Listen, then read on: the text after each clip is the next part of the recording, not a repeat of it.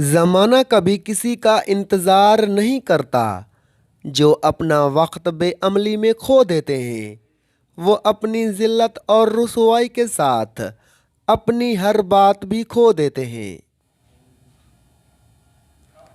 तकदीर जाहिलों की कैद और जंजीर है।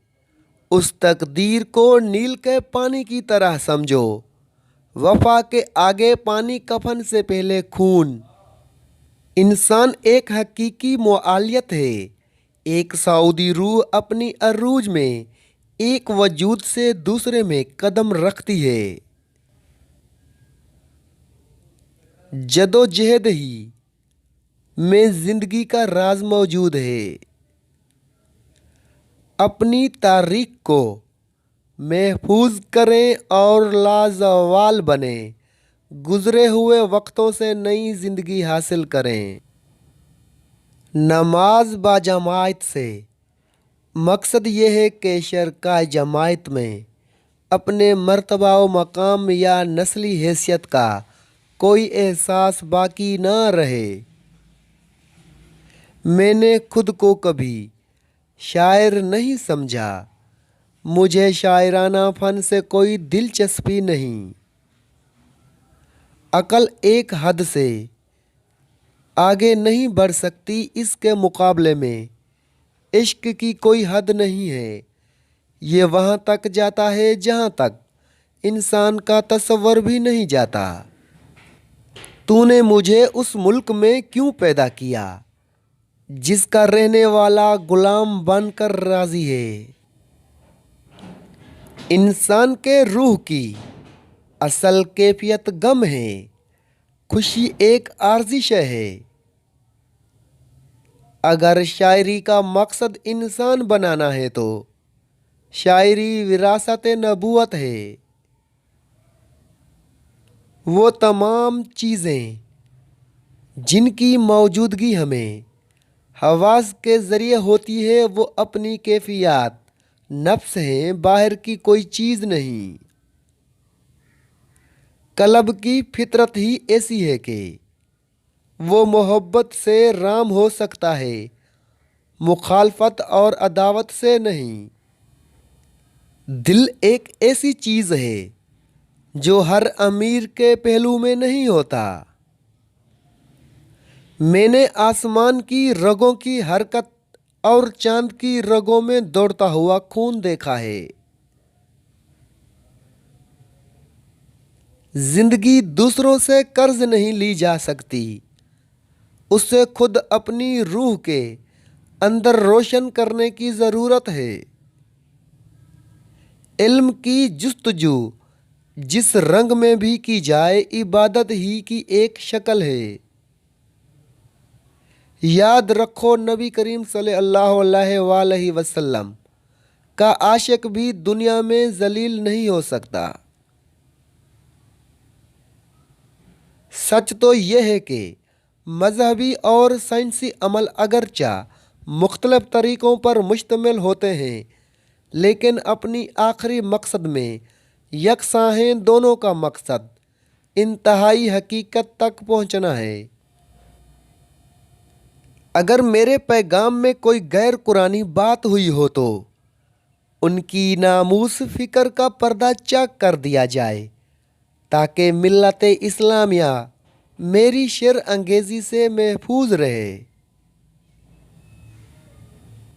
मैं किसी पार्टी की क़ियादत नहीं करता, मैं किसी लीडर की पैरवी नहीं करता।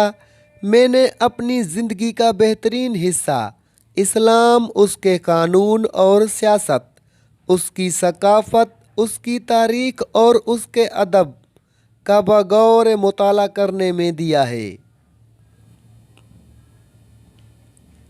आजकल तालीम ज़्यादा है और इल्म कम, जबकि पहले ज़माने में इल्म ज़्यादा था और तालीम कम। फ़िक्र मुआशत रूह की कातिल है। हर वो चीज़ जिसके पास ज़िंदगी है मर जाती है अगर उसे खैर साजगार माहौल में रहना पड़े।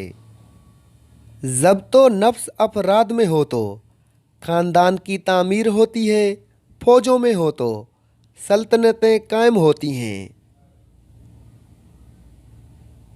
मुसीबत एक अतियाए खुदाबंदी है ताकि इंसान पूरी ज़िंदगी का मुशाहिदा कर ले।